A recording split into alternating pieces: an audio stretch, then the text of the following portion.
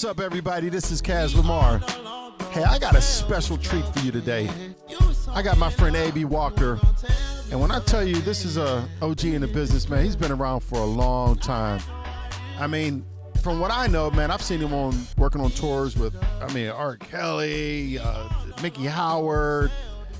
He goes way back with Gerald Levert. That's his family. So the OJs, the Trevel Productions, we're going to talk about some of that stuff. And I just want to introduce you to him because he's a quiet, laid-back dude, but this dude is a powerhouse, man. I have mad respect for him. And he was the first person that I met when I went to Trevel Productions. So without further ado, I'm going to introduce my man, A.B. A.B., you there? Yeah, how you doing? What's up, A.B.? How you doing, man? Man, I'm hanging in there. I can't complain. So, A.B., I know you're working with the New Edition tour. That's what you're doing currently. Tell me what you're doing with the tour now. Well, I'm working with the company, a company called Behind the Scenes Catering. I handle all the logistics and the paperwork and payroll and that kind of stuff for the company. Trevel, I'm sorry. Trevel, is that something like similar, like what you did, like managing type? Yeah. I was road manager for LeVert and Gerald Levert at Trevel Productions. So it's basically, the same things, putting together, all our the paperwork and receipts and all that payroll for everyone. The logistics to go along with making. Everybody has a job to do, and you have to you were like the glue that kept everything together from what I remember, man. That's how I was introduced to you, as the glue. So, hey, you're family, right? You and Gerald and Sean, or were you cousins? Is that what it is? Yeah, we were first cousins, Gerald and Sean. Gerald's mom and my mom were sisters. So we practically grew up, being children together growing up. Yeah, man. So, yeah. What was that like watching, the OJs do their thing and you guys were like kind of kids growing up? That's how all of you end up just getting bit by the bug and end up getting in the business. Is that kind of what occurred? You were watching the OJs and basically, yeah, growing up, going on the road with the OJs, being like 12, 13 years old. Gerald and I and Sean would go out during the summer months when we were out of school and go on tour with the OJs. So it was definitely exciting. And, that's how I really, I actually thought I was going to be playing basketball for a living. Dr. J was my idol, so I thought I was going to do that growing up. Okay. But, being around Gerald and being around the entertainment and going on the road, actually, then I actually saw what I wanted to really do when I grew up. So for all the people that and as you're talking, they'll be able to see pictures of the OJs and this type of thing as you're talking. So you would go to the cons. You guys would actually go to the concert. Where would you be, like backstage and just like sucking in that whole environment of these different venues and whatnot? Correct? Yeah. Going on. We were on tour with the Compunction, Evelyn Champagne King, and Commodores at the time.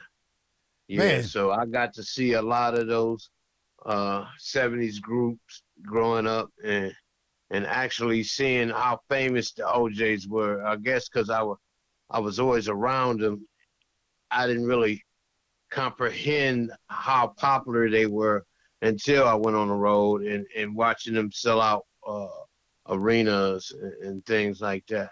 Yeah, that's wonderful, man. That's when you're talking to someone and you and all of us have, like, been a little close to fame, but when you're right up under it, it doesn't seem that big of a deal to you till you see other people reacting to the people and it's just a normal thing for you, right? Yeah, that's interesting. So as you got older and you realized, what you telling me is you had handles with that basketball. Is that what you telling me right now? Well, yeah, sort of. I thought I did anyway. Growing up, I thought I had a jump shot. So I thought I thought I was going to be playing basketball. I thought I was going to be the next Dr. J. Yeah, I hear you, man. You That's what's know. up. What was your first, like, really?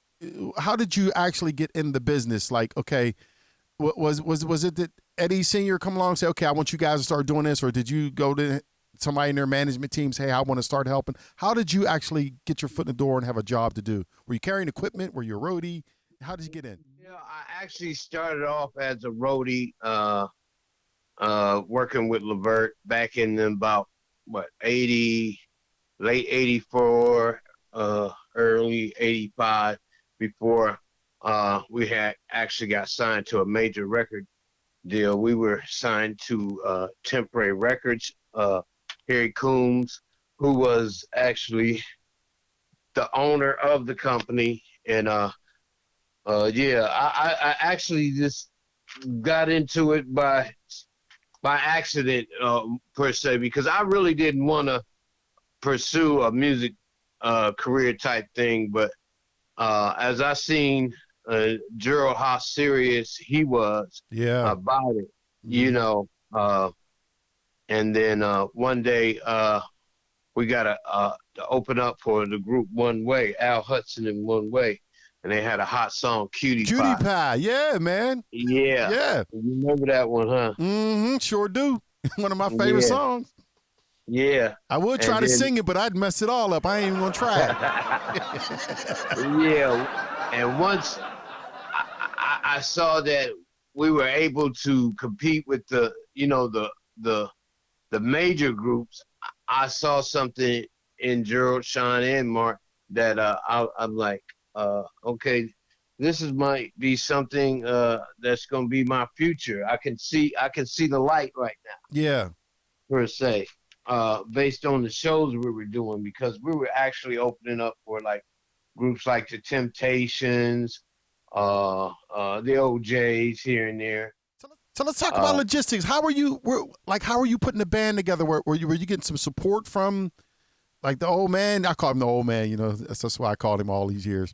Were you getting support, or you just had, or you guys like kind of putting this together yourself and just trying to show them that, hey, look, we serious. We trying to Gerald actually helped put together the band along with Marc Gordon and Mike Ferguson, who was a family friend for many years, you know, with Gerald growing up. And he was a bass player. He was older than Gerald, a couple of years older. And he put a lot of the band members together, local musicians and that sort.